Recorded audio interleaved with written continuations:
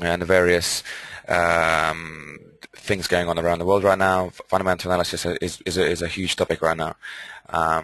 It's not so much about technical levels. It's not so much about what's going on the charts, but it is really about fundamental news and macroeconomic news. So more specifically is Europe and the debt uh, overhang, let's say, on many of the European countries that are simply having too many difficulties to repaying these debts, partly through slower growth, partly through bad, misconstrued budgets, mismanagement of the domestic kind of resources, infrastructure, etc. Now, but that's kind of going off on tangent. But most importantly of all, kind of for me, what's kind of going on at the current moment around the world is very fundamentally based. So essentially, when I'm looking at the trading particular currency pair right now, I'm looking more from a fundamental perspective and trying to identify situations where fundamental news is going to affect the market.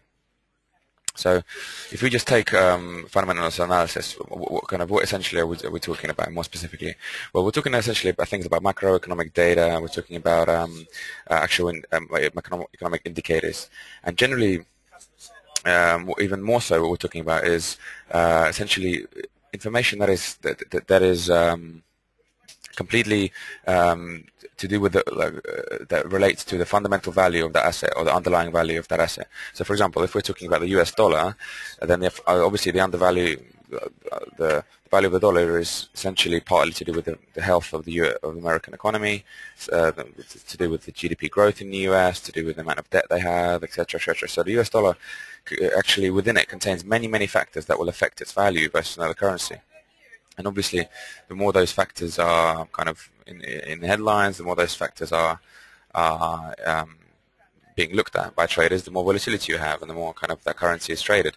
So, for example, right now in the world, everyone's looking at the euro for obvious reasons. There's a huge debt issue in Europe, so that's why euro currency pairs tend to be the most volatile, and that's why kind of even you can sometimes even something as small as a comment from a central banker. From an ECB central bank will move the euro currency pair several pips. So this is kind of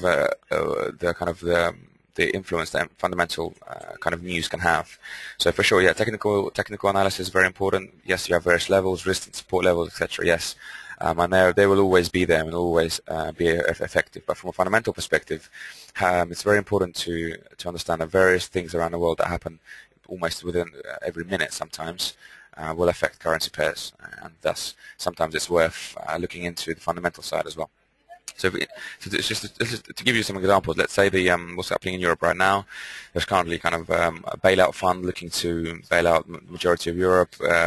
It was actually Greece, Portugal, and Ireland, and now it's actually spread out a bit more. Now there's Italy and Spain are involved, and according to yesterday's news, now actually the whole of the eurozone is now potentially going to be downgraded. So you can see that this kind of theme. So what ratings a particular government debt has already, just simply how rating agencies look at particular bonds, already that has an impact. So just by downgrading a particular bond, that sends signals out to the market that the underlying value of this currency, so government debt of a particular country, and the growth of that country is under threat. And so that is why it's not surprising that on the back of the news that the S&P was looking to potentially downgrade majority of Europe, we saw euro we saw slight declines in the euro. If you just want to have a look at that, I'll bring up a currency pair for you. Let's have a look at euro USD. So I'll try and make this interactive as much as I can, this webinar, so guys aren't just looking at slides all the time. But if you have a look at kind of the, let's say, 1 minute chart on euro USD. So let's say 10-minute chart here, sorry. So you can see we kind of we ended kind of last week on a sell-off. So euro dollar sold off into last Friday's close, and kind of on the open this week, as of Monday on the open, we kind of saw a brief rally in euro, backed up by kind of good sentiment. There's the Merkel and Sarkozy were were very optimistic about what they could do with a new treaty, etc., etc. But now this optimism now come off. As you can see, we're more or less where we started the week, around 133, 133.50 is more or less where we are now ending, where we are trading currently, around 134 flat. So you can see the amount although the fundamental news has come into the market and it's affected it kind of to the positive side and now to the negative side, i.e. What this is saying to me, what's happened in the last couple of days on the European from a European perspective, is that there's a lot of indecision, and essentially the program or the new treaty being announced by as we speak, actually, they're meeting behind closed doors, working out the various policy changes they're going to enact potentially this Thursday or Friday. The fact remains that the markets are simply unsure. Eurodollar still remains in an erratic range. If you just look, for example, on a daily chart, you can see, we've Eurodollar is still trading around 134. So we've gone as high as 142, we've gone as low as 132, and we're trading around close to the low.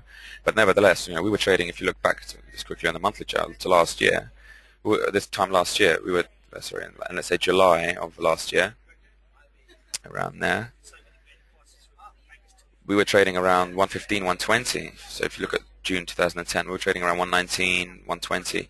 So I mean, if you actually look in a broad basis since 2008, the euro-dollar currency pair since 2008, you can see how much of an erratic range it's been. It's gone as high as 150, as low as 120, and there's not really been a significant movement in any particular direction over the last couple of years. Although we've had huge changes in confidence, in sentiment, and the health of various economies versus another. So you can see that fundamentally, in terms of, because the euro and the US dollar are kind of considered to be the most popular currencies in terms of from a reserve perspective. Most central banks still own euros and dollars as a fundamental. They believe in them fundamentally. Clearly, it's written kind of on the balance sheet of most central banks in that most of their holdings are in dollars or in euros. So it would make sense that the euro-US dollar rate has not actually gone anywhere in the last 2 years, considering that their reserve amounts have stayed vastly euro and dollar denominated.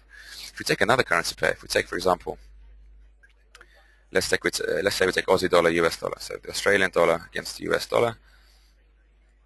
If we take that and we apply that, you can see that the kind of over the same time period, so 2008 up until today, we can actually see a huge difference in what's happened. Yes, we've more or less we're kind of trading close to where we were, but the fact is there's been a hell of a lot more movement, and it's been more directional. It's been sort of less ranging and vastly more directional. As you can see, we kind of around 2000, kind of just before Lehman in 2008, we're trading just around parity, went as low as 0.6. So Australian dollar weakened very, very, very, very sharply. So it was 0.6 dollar cents for one Aussie dollar, and then it went as high as 1.10 when the market reversed in 2009. As you can see, so certain currency pairs tend to trend and certain currency pairs tend to range, but again, the factors behind that are fundamental. The reason why the Aussie dollar US dollar pair is trading in this fashion and the euro US dollar currency pair is trading in a more ranging fashion is because of fundamental factors. It's not so much because of technical factors. The fact remains that Australian dollar is a kind of a funding currency. I beg your pardon. It's a commodity currency which people invest in. It's a high yielder, and they use the US dollar as a funding currency. So they sell dollars and buy Aussie dollars. That's generally what they've tried to do in 2009 on the back of that recovery that we've seen worldwide. So again, these are fundamental factors that were driving the Aussie dollar higher on over the last year and a half. Although yes, I will accept that at moments, when markets were reversing and when I'm sure there were certain orders at certain levels which were greatly which created sort of good support and resistance levels. But the fact remains that the overall direction, generally, the direction is decided by the fundamental factors, and the actual extent of the movement in that one direction tends to be decided by technical factors. So on that, you can also see that in macroeconomic data. So if you actually see a macroeconomic number of pretty much anyone you can pick, let's just say, like, and I always like to show you guys what I'm talking about at the same time as I'm talking about it. So let's say this is a list of an economic calendar. Most of you probably know this is forestfactory.com. Very good economic calendar, very easy to access, very good, very quick to update. And as you can see, each one of these numbers has a value that will be has an expectation attached to it and an actual number that's released. And obviously, if you look back through previous presentations where we did discuss in terms of how expectation sentiment works, and so if you refer back to that, I won't go over it again. But so essentially, when you look at this calendar here, all of these numbers will drive. Especially if they're out of line, especially if they're unexpected and surprising, they will drive a currency pair one way or the other. So you can see that the fundamental factor decides the direction. So obviously, for example, let's imagine we're looking at this. I'll just zoom it in a bit more for you. So imagine we're looking at this, for example, Canadian rate announcement today at 2 o'clock. So in an hour and a half's time. If we're looking at this rate announcement, and it's currently expected to come in unchanged at 1%. So imagine if we were to get a change lower or a change higher, that's a fundamental factor changing the currency, changing all Canadian dollar currency pairs, and that's going to change its value. Now, how far it goes up or down, depending upon what they do in the decision, will probably be decided about on technical factors. I.e., the Canadian dollar will probably stop at some point if it goes up or down. So let's just bring up a chart quickly of Canadian dollar. Let's just say we bring up. Let's say Aussie dollar, Canadian dollar. That's a good one. So let's say we take, let's put it 1 hour chart. So that's a 1 hour chart there. So if we're trading around 1.04 now here, and the figure was to come out, this market would react violently either to the upside or violently to the downside, depending on if it's hawkish, the Canadian dollar would rise, so this would fall, and if it's very dovish, the Canadian dollar would fall, so this currency pair would rise. And so essentially, it would all depend on obviously the how substantial that cut or hike is, but also how far this currency pair goes or falls. It's probably decided on technical. So, for example, it wouldn't. As you can see, there's a kind of a trend channel kind of ongoing here in Aussie CAD pair. So, for example, I've seen this many times whereby a currency pair comes out. There's a sharp move to the upside in the currency pair, and the market stops on an existing trend line or a trend channel and reverses from there. So essentially the sellers know, yes, okay, there is a positive figure. This currency pair has just gone up, and so if we are going to sell, we're going to sell at the most optimum point. We're not just going to sell at the release of a number. And they generally try and sell the best possible positions, and that generally happens to be where they think buyers are going to run out of steam. So in this situation, if the market does reach here, there probably will be sellers looking to sell into that currency pair at the round here level because it's an existing trend channel. So as you can see, fundamental analysis and technical analysis are very closely linked. And when you have a fundamental factor that drives a currency pair, the technical factors always come in at some stage and decide where to stop or how far the currency pair is going to go. And on the other hand, sometimes you have a technical breakout. So essentially you have a head and shoulders pattern or something or other of that nature. And so most traders are looking at technical factors and all jumping on a technical reason, thus making it self-fulfilling. And so fundamental factors essentially go out the window, but nevertheless they're still there. And if those technical factors begin to drive a currency pair out of line enough for traders to believe that fundamentally this shouldn't be happening, then they'll start to come in and from a fundamental perspective adjust those price moves. So essentially, fundamental analysis and technical analysis is very close. Essentially, it's two sides of the same coin. And those of you that will jump into only one or only the other are only essentially using one half or half of your potential, because the other half would be the other side of that type of analysis. So I think it's very, very important to use both and try to understand exactly why each type of factor affects various currency pairs. So, for example, a good one, excellent one, actually, I've just remembered to show you is the dollar-yen pair and the euro-Swiss pair. So if we take the dollar-yen to start with, if you can see, like just the way this chart looks, if you just notice that the way, let me just remove these. So if we just have a look at the dollar-yen currency pair here, as you can see, even the way the chart looks is already something strange. You can see it's almost like there's a ledge here. If you notice here, there's not the current, it's, if we stretch it back, yeah, it kind of looks normal here. There's a kind of a trend ongoing, and it kind of around this part of the chart, you can see kind of a downward trend, and we kind of have a little reversal, continuation of the trend, and a bit of a ranging market, then kind of a drop down. But when we get to this point, you can see there's a kind of almost like a sideways movement. There's not really any direction. We kind of have a sideways movement. We've only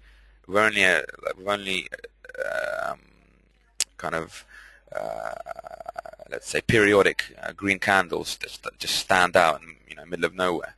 And again, these are fundamental factors. Although those of you that follow FX market regularly, and those that kind of keep up with the soap opera that is the financial markets, will know that this is to do this is because of fundamental reasons why this chart looks like this. And we'll go into that in a second. Another one just quickly before I go into that. I'll just show you another one where the way the chart looks is completely all to do with fundamental reasons, nothing to do with technical reasons. So Euro-Swiss currency pair. This is another one, a similar one where we can put up daily chart, and as you can see, the chart looks kind of normal.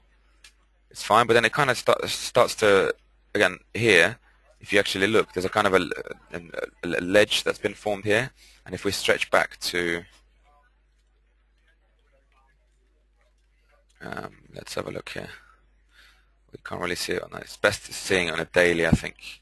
It's basically, so what I'm trying to kind of here's a very good, as you can see here, you can see there's absolutely no movement at all, completely sideways, and this is a daily time frame. So we're talking from March 2009 up until December 2009. We saw no movement in the Euro-Swiss pair. The low was 150 and the high was 152, 153, something like that.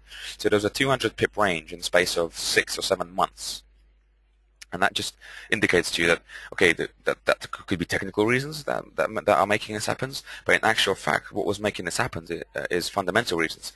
Just like with the dollar-yen pair, just like with the Euro-Swiss pair, these reasons are to do with intervention, so market intervention. And the best way of showing that to you, I've got a special slide I've got prepared for this. So here, so as you can see here, this is the dollar-yen currency pair again, but presented slightly differently, and I've annotated it slightly. And as you can see here, there's, again, the green arrows here point to kind of significant kind of buying action, whereas that goes against the prevailing kind of downward move. So as you can see, kind of this predominant downward move happening down like that, and then a very sharp green candle there. And the same thing here, so kind of a movement down, down, down, eventually a sharp green candle all of a sudden. And that just indicates intervention, so market intervention by the Bank of Japan. And again, these are because of fundamental reasons, because Bank of Japan wants to weaken the yen, it wants to make their exporters more competitive by making their exchange rate weaker. And more broadly, if again, fundamental analysis is something that is going to take quite a lot of reading, quite a lot of research, and quite a lot of self-interest. You yourself have to be interested in your own education, in your own kind of analysis, and also in the broader world, what's happening out there in the world right now. Also in things like history and historically how things have been done and what central banks have done in the past. All these factors tend to build up a good knowledge base for fundamental analysis to really make a difference for you. Because it's no good, for example, just picking out a random fundamental factor, not looking at it in depth, and then just trading on the back of it, because that would literally be trading blind. So, I mean, in terms of market intervention, just going back to that, the Bank of Japan intervenes. It's looking to make its currency weaker, to make its economy stronger by raising exports and reducing imports. So, by intervening in its currency, it thinks it's able to do that. Now, in actual fact, currency intervention rarely works because markets are simply too large for one entity or several entities to actually change its market direction. So as you can see in this chart that you can see on the screen, kind of the overall direction is clearly downward. As you can see, there's a kind of a downward trend there. But nevertheless, the Bank of Japan clearly, like right here, and right here, think that they can change this trend because they want to weaken the currency. This chart is actually showing a strengthening yen, even though it's downward moving. But and so the Bank of Japan, what they want to see is this chart doing this. That's what they want to see. But fundamentally, that's not going to happen because most market participants want to sell dollars and buy yen rather than buy yen and sell dollars. So they're simply the market forces, market participants, investors, traders, speculators, pension funds, etc. They don't want to buy dollars and sell yen because of the macroeconomic policy of the U.S. government at the current time, because they perceive Japan to be a safer currency pair, safer place to Japan to be a safer place to invest capital and to kind of weather the current kind of risk out there in the market right now. And so, considering that there is now also more volatility, there's also a more likely chance that investors are going to be more risk averse. So all this creates an unlikely, almost like creates a fundamental environment for dollar yen not to do very well on the upside, essentially. So it's likely to trend further down, further down, further down, and then when it crosses this red dotted line, essentially just below 76, you can see that Bank of Japan intervenes. Because simply around that level, that's more or less their line in the sand. They see around 76 to 80 roughly as that zone where they're not going to allow that currency pair to fall below that level. And so these are all fundamental factors. If you notice, for the last 5 minutes, I've just been talking about fundamental factors, and yet we'll be looking at a technical chart. So this just demonstrates that, okay, yes, charting is FX trading is essential. So to carry FX trading, charting is essential, technical analysis is essential, levels are essential, entry points, exit points, all these sort of things are essential. But nevertheless, the direction of any currency pair, especially over the longer term, is going to be fundamental. There is just no way that someone can look at this chart and tell me that there is a technical reason why dollar yen is falling over the course of 2011. It's just simply not there. It's clearly a fundamental reason because of the two central banks in US and Japan. How much the Japanese banking sector and government have had to subprime debt, etc., versus the US. All these factors are deciding this currency pair, not any technical factors. In terms of also what I also wanted to show you guys and ladies as well today is some resources that I find are extremely important. So fundamental analysis resources, which are likely to help you in your trading. So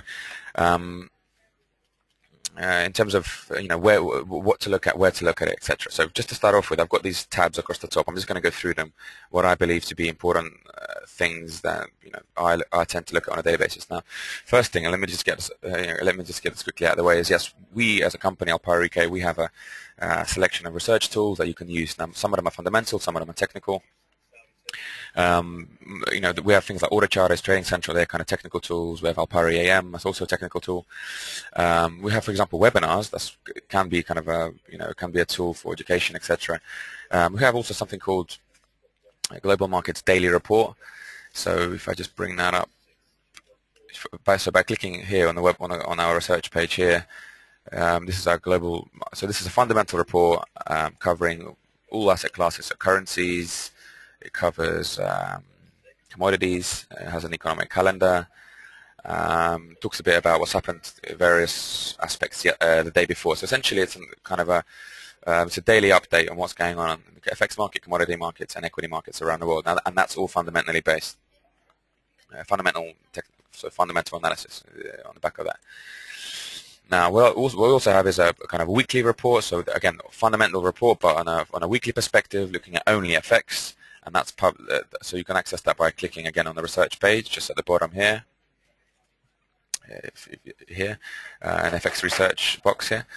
And again, all that's free of charge for all visitors, not just clients. But what we also have specifically for clients, and this is what I'm kind of getting, this is my main point about fundamental analysis, is we have something called the Alpari Squawk, and that is essentially a radio station, effectively, the way it works, in that it allows people to.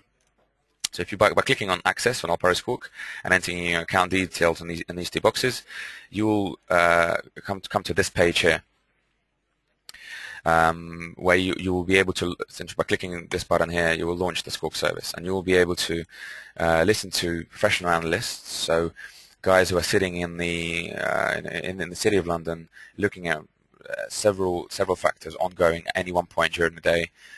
essentially, and they're essentially commentating about what's happening. So it could be something. It could be something. It could be something a central banker says. It could be something, an economic number that's just been released, and within a second or two, this service will alert you to what's happened. So essentially, from a fundamental perspective, not only will they tell you the news quickly and within seconds of it happening, but they will also only squawk the news that is actually market sensitive. So you're going to avoid a situation where you are trading on news, so you got into a trade and nothing's happened. So the price you bought at, for example, or sold at is the same price like 5 minutes later, 10 minutes later, 15 minutes later. So essentially, only the relevant news is kind of announced and broadcast. And if there is any, and if there's any kind of news that is I don't know, let's say uncertain, or it's kind of they will squawk anything that is market sensitive, because and based on their experience, these guys I know them all personally. They're all very experienced guys, all a lot of all with an economic background, all trading experience, and this is a key. This is why we've partnered with with this company, because because we know they're very good at what they do. They all used to be traders. They know exactly what moves markets and what doesn't, and so that's why this service, it's free for all clients. The only catch is that the professional service, so the purely live service, which is without any delay, that's only for professional clients with pro accounts. Now, demo clients, I see a question there about demo clients. No, demo customers do not have access to the squawk.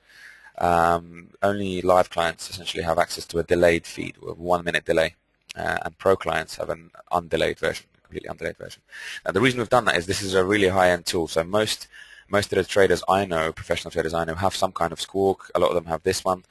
They use it on a daily basis. That they have it open all the time. They keep an ear out for it all the time. Now, it's a professional tool, and it's geared for professional clients. We feel that it's not really applicable for just to give it out to demo clients or to small account holders. And that's just a business decision that we've taken. We feel that it's only essentially for people with experience, with a professional outlook on the market, who are going to take trading extremely seriously. So what we recommend is for demo users and for small account types is you can still use the delayed version, and for demo accounts, unfortunately, you will have to open a live account in order to try it. But always remember, there is no kind of you can open a deposit money, open an account, and not trade, and still use the service. There's no one will ever. No one's going to ask you to trade. You can withdraw that money if you like to. There's not a problem there. We just simply want to reserve the service for traders only, and especially for serious traders who are professional in their approach to trading. So what else? So in terms of what we offer as a company, I won't go into every tool in detail, but essentially what I've gone through quickly, just by all means go into this website and have a look. We also just quickly have obviously the economic calendar, web TV, things like equity research for UK companies, and all that is included in this page here, and all clients have access. So just go in there and just play around with it and have a look. What interests you. Again, most of it is fundamental research. We have technical research as well, so again, see what suits you. Now, in terms of kind of third party, this is probably what you're more interested in, is we have, there are some tools which I kind of use on a daily basis. So in terms of economic calendars, I particularly like to use a very detailed economic calendar, not just one you see on Forex Factory with kind of the main figures. I like to use a very detailed one. So for example, the one I personally use is this one here. And this is provided by the same guys that do the Squawk service for us. They provide a daily and a weekly calendar for us as well. That's available on their website directly. And essentially, this calendar here, not only does it show you kind of obviously the big numbers, the big macroeconomic numbers out there that are coming out every couple of minutes, every couple of hours around the world, but they actually show you things like auctions. So, for example, just to give you an example for Monday of this week, let's have a look. Maybe there's something today. Yeah. Hold on. Let me just have a look. So, for example, for today, as you can see, so this is Tuesday. So you can see the amount of calendar events is much higher than any normal calendar, and the reason why that is because it includes things like this. So, auctions. So, for example, bond auctions, which are incredibly market sensitive right now. So, essentially, anyone who's trading FX right now, foreign exchange right now, and not looking at bond auctions is simply is trading with one hand behind their back. Things like even things such as commodity or kind of supply, so things like oil inventories and things like this. Even this can potentially have an effect on currencies if it's significantly out of line. So all of this is included, and it's all color coded essentially. So a calendar like this for me is just simply more complete and more likely to you're essentially you are less likely to miss something using this calendar than something more retail and something more mainstream than what you can find around on the internet. So for me, this is something a key tool. Like sometimes, for over the last 2 to 3 months, I would say, even more so. I would say even over the course of this year, essentially, bond auctions have probably been one of the top 2 or 3 factors that have moved FX prices and FX markets and generally financial markets. It's been bonds and debt-related issues. And again, this goes back to picking out what is moving what and when. So for the last year or so, it's mainly been bond yields, bond yield spreads, CDS prices, these kind of factors. These have been kind of the kings of causality in the last year or two because of obvious reasons. Because we've had Lehman Brothers, we've had this subprime debt issue, we had this movement of debt from banks to governments now, and et cetera, et cetera. So this is what makes bond auctions important, and this is what makes having an excellent calendar very important also. That is why having a good calendar which includes auctions is very, very key. Again, this calendar here is just the same thing, but on a daily basis. So for me, this is, instead of looking at the whole week, like in this version here, I'll look at a daily one like this, and it shows you everything you need to know for the day. And that's available at fcmarketsquawk.com. That's the company we partner with. Now, other things that are incredibly important are central bank meetings. Very, very important. So knowing when central banks are going to meet and essentially decide on interest rates and what are the expectations behind those interest rates as well. So, for example, this week we've got 5 incredibly key interest rate decisions. If I just go quickly to our FX weekly report, we can see in our weekly calendar here. There's some key decisions. So we've got Europe and UK. So the ECB and the Bank of England on Thursday deciding interest rates, and we have Australia and Canada today. So Canadian interest rates were bad. They were as expected, and Canadian we're going to have in an hour's time. So as you can see, like without checking these sort of things, for example, if you're trading Canadian dollar and you don't know the interest rate decision, that's very, very, very, very worrying. And so for me, it's again being aware of when central bank meetings are happening and what are the expectations behind them is incredibly important. For example, going to a lot of websites have this information, but having a web page like this bookmarked and just having a browse through on what in any particular month when is a particular meeting is very, very key, because not only is it key for that particular day and what is going to happen as a result of that decision. But if you think about it, how are people going to trade in advance of this central bank meeting? How are people's expectations and people's psychology going to be affected by this meeting and the expectations that are surrounding this central bank meeting? So a lot of the times what you see is not what's most important, and sometimes the best price action and the best trading opportunities are not actually on the figure and afterwards. It's actually just before the figure, i.e.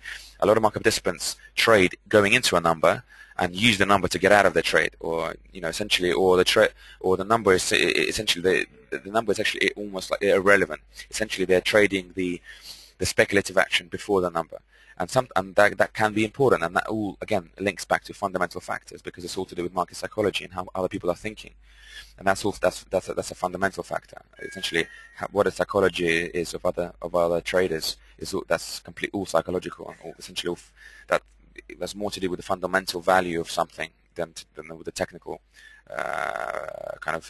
than any particular technical factor. What else? This website here, for me, incredibly very, very nice website in terms of this deals with essentially currency correlations. So for me, if you go to mataf.net, this deals with currency correlations and how various currency pairs are correlated, essentially, and that is again, incredibly important to be aware of at times, and sometimes my personal view is you should keep an eye on various correlations for fundamental reasons. So kind of the key ones for me are the correlation of the US dollar to gold, correlation of dollar yen to US yields, things like this. So essentially, by having an indication of what yields are doing and of what correlations are doing, you can kind of get an idea of how various markets are becoming positioned.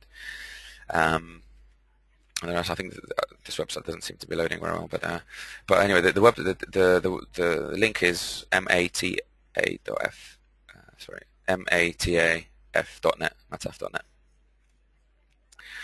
Now, the website I like to use for fundamental analysis is this one called tradingeconomics.com, and this is just purely a statistical website which kind of looks at various statistics like GDP figures, interest rates, inflation, even the population of various countries. Again, and that for me is incredibly important as well, but not maybe for the intraday trading, but for a broader understanding of fundamental factors for various currency pairs. And my personal view is it's very difficult to use fundamental factors to trade on a short-term basis if you don't have a broader understanding of fundamental factors globally. So things like population change, things like geopolitics, politics, things like this, elections, and all these kind of things like that are all intercorrelated between each other in deciding how currency pairs are going to trade. So again, that's something you need to be aware of. And websites like this that show you even go as deep as demographics, stuff like that. That is, again, just for your own personal knowledge base, your own personal understanding. I'm not saying this website's going to give you a trading idea. Now, here I'd like to go into one quick aspect, and that's in terms of reading between the lines in terms of what's actually going on. Now, a lot of statistics you'll see, a lot of people, and very, very highly credible people, a lot of highly educated people that have been published in many different journals, many different magazines, etc., have said that it's possibly likely, and some countries have admitted this, that some statistics essentially are hidden away from people, from the majority of market participants. So, for example, Greece were doing it in terms of their government data. Germany and France were famously the first ones to break their fiscal rules, and yet tried to, through various accounting techniques, to kind of hide that away. It's also quite possible, likely, I don't know what word you want to call to describe it, or it's possible that some of the statistics we're seeing are not actually completely showing the true picture of what's actually going on in various economies. So, for example, rates of unemployment, the rate of inflation, etc., etc. Now, there are some websites which can actually show you some of these numbers, and or at least theorize about what some of these numbers are actually in truth. Now, again, this is not going to give you a trading idea. This isn't going to give you, pick a level out for you. But what it will do, again, is broaden your understanding of what's going on and help you read between the lines of what's going on. And the next step after that is, for example, if you were to see a broader trend gaining strength, let's say there's unemployment is high, you believe unemployment is actually high in a particular country than what the news is saying or what the official statistics are saying. There's actually a way to profit from that, maybe in the longer term, over time. Rather than on a short-term trade. But nevertheless, the knowledge base and the level of understanding you have about markets has to be the best it can be. It has to be, that's how some people have an edge, by just knowing just a little bit more and understanding just a little bit more and having just a little bit extra time to put that trade on. And essentially, as I said many times, sometimes reading between the lines and what's written between the lines is often more important than what's written on the line itself. And that's what can help you kind of avoid trading sometimes. Sometimes some of these websites can actually help you broaden your level of understanding, so it actually saves you money, prevents you from trading, and makes you actually gives you more awareness, gives you more, more almost like a cleaner view. And that's why sometimes you prefer not to trade, actually save yourself money rather than getting involved in something which is volatile and just where the market essentially just throwing you around. So again, that's another one, and this one is called shadowstats.com, and this is kind of essentially it looks like predominantly at the US, and it uses various other various different procedures which it shows you how it does it, but how to calculate the actual inflation rate in the US and the actual unemployment rate in the US. The way this website particularly believes that the US unemployment rate is actually closer to 20% rather than 10. By actually analyzing temporary employment with part-time employment and full-time employment and contract work, etc., you can actually see that the actual unemployment figures we're being given on the first of every Friday from the United States is often not actually close to the truth, despite being one of the most volatile numbers out there. One of the most key macroeconomic figures of any particular month is non-farm payrolls in the U.S., and yet there's actually strong evidence to suggest that it's not actually completely true what those figures are saying. So it's something to build your knowledge base and build your level of understanding, and then helps you understand what's actually going on, not always what's on the more on a deeper level, rather than just on the surface. Now, a couple of other factors that I personally, have used in the past, and it's actually worked for me in the past, is having a very key understanding of who is on the board of various central banks. So, for example, who is on the board of the ECB and who actually makes the voting decisions, and who is on the board of the Federal Reserve, who is on the board of the Swiss National Bank, the Bank of England, etc., etc. So essentially, what we're trying to work out is who matters and who doesn't, or whose words and comments matter to the market and whose words and comments don't. That's very, very key because, for example, the new president of the ECB, Mario Draghi, for example, or Vito Constantio, or Lorenzo Benismaghi, these guys are key guys because they are voting members, because they have a certain stance. Some of these guys tend to be hawkish, tend to be dovish. So if you know the more background you know about these guys, then as soon as they make a comment in the market, and for example, you see one of these comments come out on the Squawk, or on a news service, or on the internet, or something like that, or a bit of news hits the market, you'll be in a better position to understand whether that comment is true and deserves attention, or whether it's false and actually deserves no attention. And on top of that, if there is price action, it's going to give you a better understanding of, is that comment worth buying or selling, essentially? Is that comment short, is it just a quick scalp, or is this comment going to be, is this actually a good comment that it's going to be the start of a particular trend in a particular currency pair? Now, these kind of, and I know might sound ridiculous and might sound a bit over the top, but it actually isn't. To actually go in depth into who these guys are, into what their history is, what kind of, whether they tend to be hawks or hawkish in their comments or dovish in their comments, etc. So I mean, this can be important sometimes, because if you're trading on an intraday basis, I mean, this is especially what I'm saying right now is especially for scalpers. If you're a long-term trader, this tends not to matter for you. Generally, comments tend not to matter. But for short-term traders, for scalpers, things like comments. So a comment by a central banker is incredibly can be incredibly volatile, incredibly market moving, and that's why it's important to know who these guys are and whether it's worth listening to them.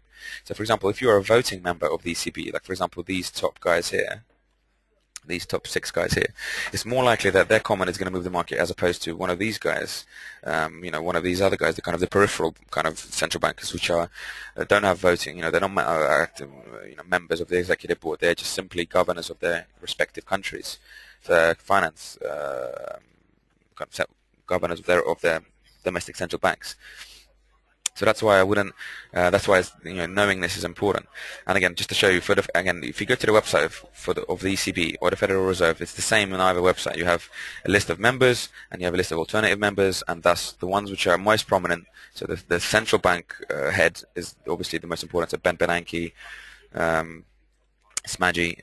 Draghi for the ECB, etc. So Mervyn King for the Bank of England, and so on and so on. These are the most key to listen to, and that's why as soon as you see a speech by one of those central guys, that's as soon as when markets start reacting and you see speculative activity and you see a lot of volatility.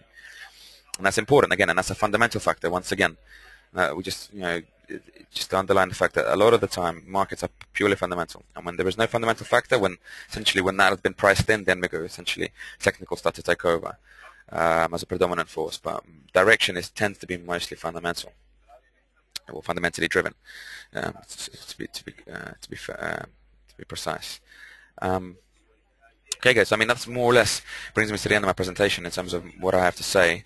If you have any questions, I by all means answer them. Just enter them in the questions box, and yeah, I'll try to get through as many as I can in the time I've got.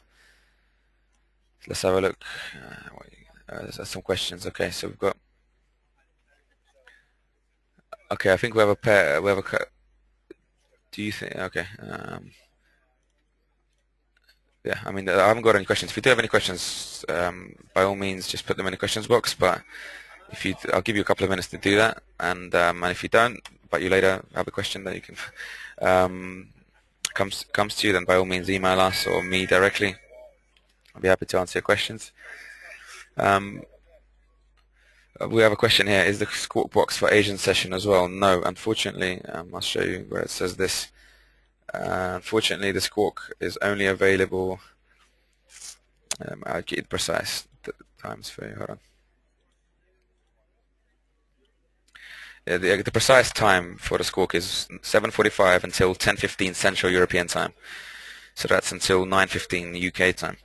So I mean, in terms of the Asian session, we are working on a way to get an Asian Squawk going. So essentially, throughout the night, there's going to be a Squawk, and we're working on a way of doing that. So essentially, coverage will be kept 24 hours a day, so to make the Squawk truly effective and make it truly 24 hours.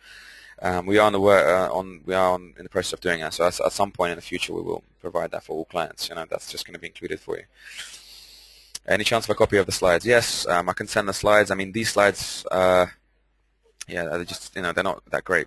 They're just, I just wanted to just put across a few points. Of course, I'll send them. If you just make a request, please, to via email to us, I'll send them over to you. It's not a problem. I've got another question. Do you think it's going to fall down to 120? I think that's talking about euro dollar there. Question from Alex Brown. I think Alex is talking about the euro dollar right there, but most probably. Let's just have a look. How about euro dollar? Let's have a look. I mean, my initial reaction, I mean, I haven't even looked at the chart, but my initial reaction is no, it's not going to fall to 120. I think let's have a look a bit more close. Okay, so we're currently trading 133. We're kind of stuck, kind of stuck in a very broad range. My personal opinion is going down to 120 would mean, there's kind of a more negativity in Europe. If anything, we've just seen some positive news out of Europe so far this week, and generally, I think what we're going to see from here on in is just the same thing, the same erratic range, but just continuing into the future. So essentially, the Europe and America is going to kick kind of the bad news ball to each other. So first it's going to be 1 week US, 1 week Europe, and essentially between the two, they're going to have weeks of upside, weeks of downside versus each other, as central banks change their exposures, as everyone worries about Europe for a bit, then everyone worries about the US for a bit because of the budgets, the budget ceiling, and then everyone also worries about the Europe for a little bit in terms of how each country's bonds are doing, etc. So overall, if we see them, we're not actually, again, as I mentioned earlier in the webinar, most central banks still have most exposure in Europe in euros and dollars. So as a result of that, there's not really, I can't really see a situation where, the euro will be completely dumped or the dollar will be completely dumped. So for me, euro USD for the time being, it's just difficult to see a trend forming here. And even before, if you look, for the whole of 2011, more or less, we saw only a little bit of a trending market, and then halfway through the year, it became a ranging market. And that's because people are just simply not sure where to hold their money, Europe or US. And essentially, yeah, dollars tend to be the most safe. But since the summer, when the US was actually downgraded, and essentially US debt is actually less secure than what people once thought. Now it's very difficult to actually sell euro dollar on a knee-jerk reaction, on a whim now. Essentially, things like the Swiss franc is potentially more of a safe haven currency, but the Swiss franc has other problems in terms of it's not very liquid. You're actually starting to see actually negative yields there. So what does that mean? Negative yields. It means that if you deposit £100 in Switzerland, you will, at the end of the year, you'll receive, for example, £98 back. So essentially, you have to pay to hold your money in Switzerland now. And if anything, that's going to continue further and further and further. So only the almost like the ones which are truly looking for safe havens, essentially, or even willing to pay a fee. That's kind of to a stage that it's getting to. That's why for me it's very difficult to see how euro-dollar is going to. It could, I could be completely wrong. Europe could completely collapse tomorrow, and it'll be trading. It won't even exist. It'll be trading at zero potentially. Yeah, but I just simply don't think that'll happen. The political will behind it is very strong. These guys are, since the Treaty of Rome, 1951, they've come all this way on a political kind of bargain, on a political kind of on a political on a political dream, I would say. Even this is what they've dreamt of for years, and so to give up the economic side now would be to give up the political dream altogether. I think for me, what's most likely is that we're going to see very slow, very slow and gradual kind of slow and gradual bigger Europe, essentially. So something towards a fiscal union, tax harmonization, etc., and etc. Potentially even a single uh, kind of more laws to be harmonized, taxes to be harmonized, etc. So essentially, Europe's become similar to what happened in America, where essentially we have several states within a Europe rather than several countries all in Europe, but actually remaining as individual countries. I mean, this is going to be very difficult to sell to various populations of these various European countries, but the way that things have been happening recently is that this is potentially the only choice they have if they want to save the euro in terms of not defaulting on any other countries' bonds, etc. They have said that Germany and France, their finance ministers and their officials have said that they would not allow haircuts on other write-downs on any other bonds apart from Greek bonds, essentially. So I think for me, it looks like the ECB and the IMF is going to step in, and on the back of that, they're going to have a kind of a fiscal harmonization, etc. in Europe, and I think that's going to help the euro over time, I think, and keep it. So in the meantime, keep it in the right range, but over time, I think euro is actually in a better position than the US. It's actually, and I think longer term that's going to bear out. Now we have another question here. What is the best pair at the moment for interest rate divergence? Well, I think for interest rate divergence at the current time, I think it's we kind of. I mean, for me, this week was potentially. I mean, there was for me Aussie dollar, Japanese yen. I would say in that case. I mean, Japan at the moment is not looking likely at all to have any kind of hawkish policy for the time being. Is kind of very, very dovish policy in Japan, and in Australia it's kind of everywhere. If you actually look around the world right now, most central banks are actually looking to pause or cut right now because of kind of the gradual slowdown we're seeing. But I think countries like Australia and New Zealand, they are also looking at that, but less so than other countries. So for me, the biggest one for rate divergence is Aussie yen. Aussie dollar versus yen, or maybe something like New Zealand dollar versus yen. That would be kind of my answer on that one. What are my thoughts about gold? Well, gold is always a good investment for the long term. I would always kind of recommend looking into gold as an investment for the longer term, and obviously get the appropriate advice for you, what's right for you, etc. But for me, gold is a very good asset to trade and to invest in, etc. Kind of all round. Now, if we just pull up a little, let me just pull up a quick chart for you. Let's have a look at gold itself. Maybe I can find something to. So gold for me, again, it's been an upward trend for decades. It's been an upward trend since around 2001. Yeah, as you can see. So for me, it would be. It would be definitely, I'll be looking to take a long position, especially with what's going on at the moment, so much uncertainty and so much safe haven risk and default risk, etc. I mean, a gold investment wouldn't be the worst idea. And personally, I would look at a good entry point here. The last thing I'd want to be in gold is stuck long in the high. So for me, it would be looking for a very good point to get into a long position, or to average into a long position over with several trades, for example.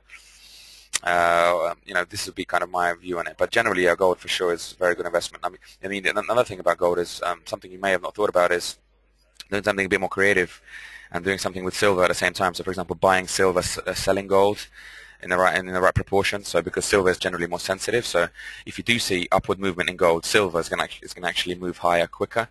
And so essentially looking at the gold-silver ratio, that spread, that was actually one of the trades of 2010, 2011 is buy silver, sell gold.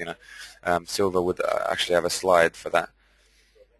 If I show you, I have a slide for exactly this, just to give you an indication. Like for example here, this is the slide. Hold on, I think I missed. There we go. So as you can see here, this this is a change in the past 12 months. Now this slide was done on roughly in the beginning of November. So up until the beginning of November, silver had appreciated almost 40% on the year, and gold had only appreciated only 30%. So essentially, got roughly a 25% premium to silver appreciation than to gold appreciation. So if you were to buy silver and sell gold, you'd be losing 30% or roughly 30% on your investment on gold, but you'd be making 40% on your silver investment. So essentially, and that's obviously reducing your risk because you're not on an outright trade. You're in a hedged position. So that was actually one of the best trades to do last year and this year, gold silver spread, and that ratio is actually gives you a good indicator of actually how risk averse the market is. So when silver is rising more than gold, that generally indicates kind of good times. Everyone's risk aversion, and kind of people are running for cover. And on the other hand, when silver is falling by more than what gold is falling, then that generally indicates safe haven risk. The good times, and so if everyone is trying to find risk things like commodity currencies, equities, commodities, so it's looking for risky investments. So overall, just again, that's another fundamental kind of indicator. You could kind of it's fairly simple to cross the spot price of gold with the spot price of silver, and just to see the spread on that. That's quite easy to do in most charting packages if you have them. Or just even have it in Excel potentially if you could do it like that. But essentially having an idea of what that's doing is actually very important, and can actually, if you were to trade it, can actually be profitable as well. Okay, so I think that I don't have any more questions from you guys and ladies and gentlemen for today. So I'm going to wrap this presentation up. Thank you for your time and for listening. And if you have any other questions, by all means, get in touch. Thank you. And before I forget, good luck with your trading as always. Thank you. Bye-bye.